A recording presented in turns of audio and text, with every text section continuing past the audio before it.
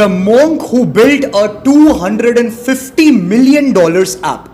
Ladies and gentlemen and students of business, whenever we try building a startup, whenever we try on building a business, the first thing we do is look out for a problem. Now there are two ways to go by. The first one, we look at the macroeconomics of a country, the macro level problems that people are facing in their daily lives, and we try to build a solution for that. The second alternative is basically encountering a problem on a very personal level and trying to solve it with a startup, with a business solution. I have noticed over a period of time in all the business case studies that I've covered so far and in all the business insights that I have read so far, I have noticed this one thing, that all the billion-dollar companies that have built because the entrepreneurs, the founders had a personal problem that they wanted to share.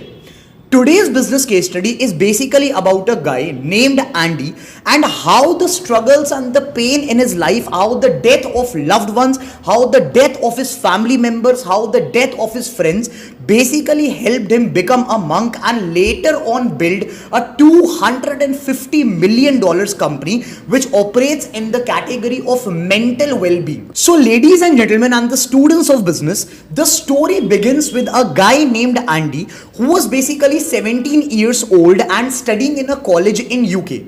One fine day, Andy was traveling with his friends in a car, and because all of the group members, all of his friends were drunk, the car got crashed and on the spot, all of the friends of Andy died.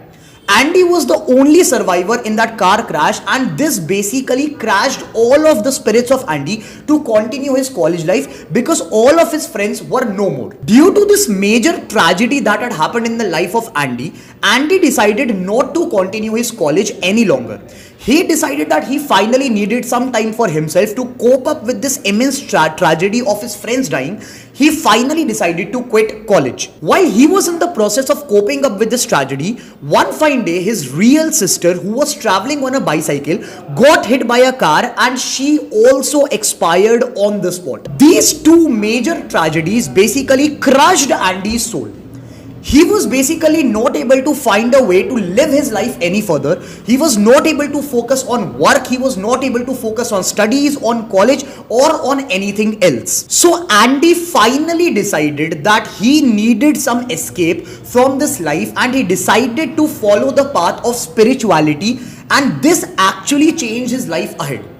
Andy decided to move on to Nepal and become a monk and practice the path of spirituality, practice meditation and all those spiritual habits that were basically practiced by the monks living in Nepal, and follow that path to live his life ahead. So Andy basically moved to Nepal and started to follow the path of spirituality, follow the path of meditation and all these other practices to help him heal from these tragedies, to help him basically live his life ahead. And ladies and gentlemen, one fine day, after years of following this path of spirituality, after years of meditation and following these practices, he was finally able to let the pain of these major tragedies leave his life.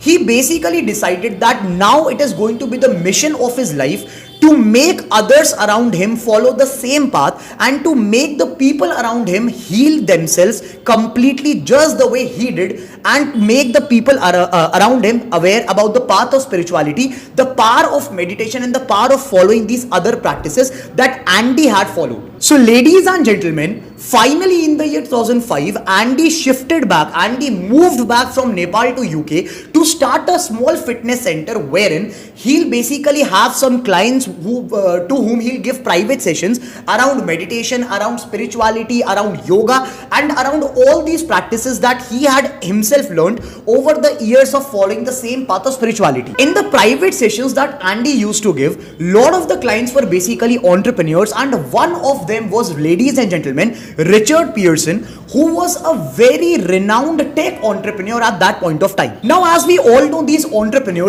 tech entrepreneurs live a very hectic lifestyle, and so did Richard Pearson.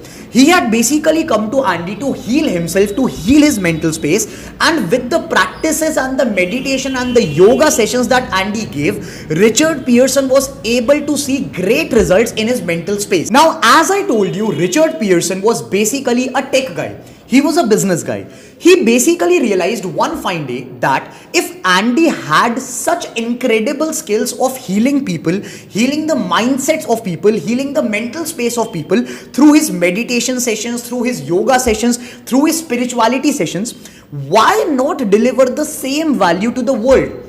Why not make Andy's skills reach out to the entire world and heal each and every person living on the planet? This is when, ladies and gentlemen, Richard Pearson approached Andy with this idea, and Andy had this mission for himself for his entire life, that his life will be dedicated to healing people, to healing the mental spaces of people. And that is when, ladies and gentlemen, the app, the revolutionary company, the revolutionary startup Headspace was born. Now, ladies and gentlemen, as we can all sense from the name itself, Headspace's primary core proposition was basically healing the mental spaces of people who were basically living a very hectic life, tremendous life, people who had certain tragedies in their lives earlier, who were carrying that trauma of tragedies with their lives.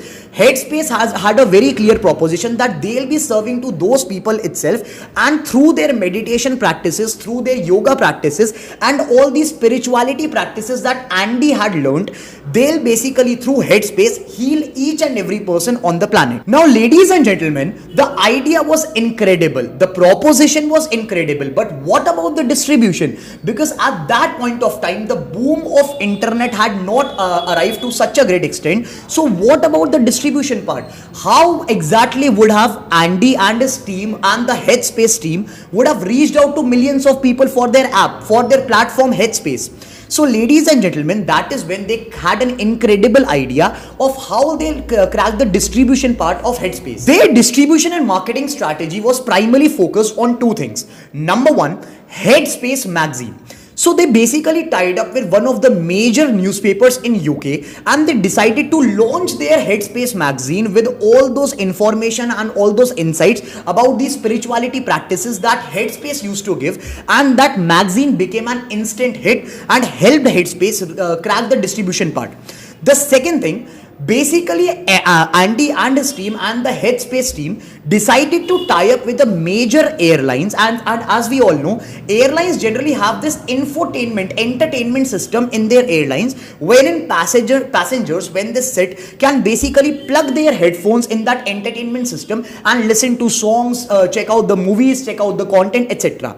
So Headspace basically tied up with this airlines company and decided to get that content of Headspace into that entertainment system of airlines, so that when passengers arrive and when passengers sit comfortably on their seats, they can basically listen to that content around meditation, around spirituality, and get to know what exactly Headspace does. And ladies and gentlemen, this was such a powerful move. These marketing techniques of basically launching the magazine, the Headspace magazine, and launching their operations in airlines entertainment system, these two marketing tactics were so incredible that Headspace today boasts around 10 million users, out of which 4 lakh users are actually paid.